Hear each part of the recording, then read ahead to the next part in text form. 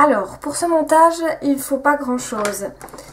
Il faut deux pinces plates en fait, à bijoux ou bien ce que vous avez. Il faut une paire de ciseaux. Dans les apprêts, il faut bien sûr deux apprêts à boucle d'oreille. Là j'en ai des toutes simples. Il faut deux morceaux de nylon. Là chacun fait 12 cm. Il faut bien sûr les perles que vous voulez mettre dans vos boucles d'oreilles. Là c'est des perles en pâte polymère à petits pois. Et il faut des petites perles corail. Alors là il y en a deux grosses, 8 plus petites et puis 8 perles à écraser. Je reste toujours dans les bleus pour rester avec la couleur de mes perles en fait, plus vert. Comme dernier élément, vous aurez besoin de 4 petites calottes. Pour commencer, il faut prendre le fil de nylon et une perle à écraser. Je mets la perle à écraser dans les deux fils en fait.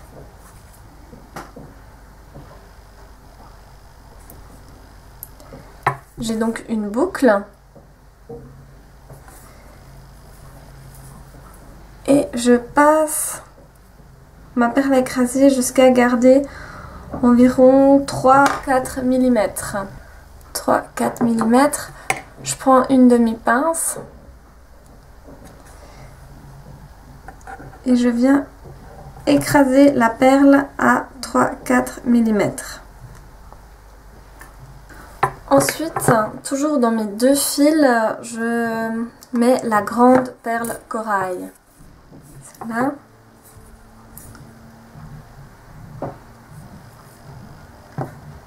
Après avoir mis ma plus grosse perle corail, je mets des calottes, des coupelles, je sais pas comment ça s'appelle. C'est pas le vrai nom de la chose. Voilà. Et ensuite, je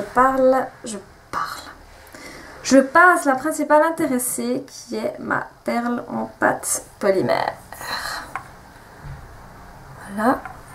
Je continue par la deuxième coupelle. Hop. Voilà.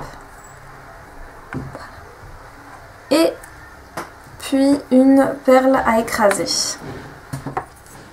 que je viens écraser avec ma pince plate.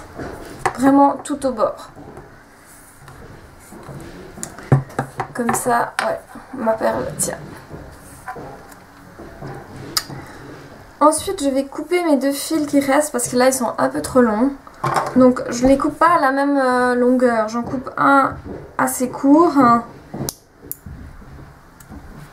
Et je coupe l'autre, je sais pas, genre 2 mm plus long. Voilà. Je sais pas si vous verrez bien si je mets ma main devant. Voilà. Je viens ensuite mettre mes dernières petites perles corail. Je commence par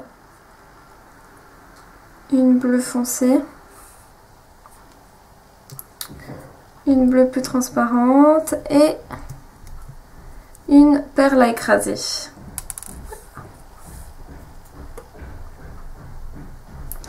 Que je viens tout de suite écraser avant que les autres deux perles ne se fassent la malle. Et je fais la même chose avec mon autre petit fil de l'autre côté. Donc une perle un peu plus foncée et une perle un peu plus transparente. Et la perle à écraser pour éviter qu'elle parte.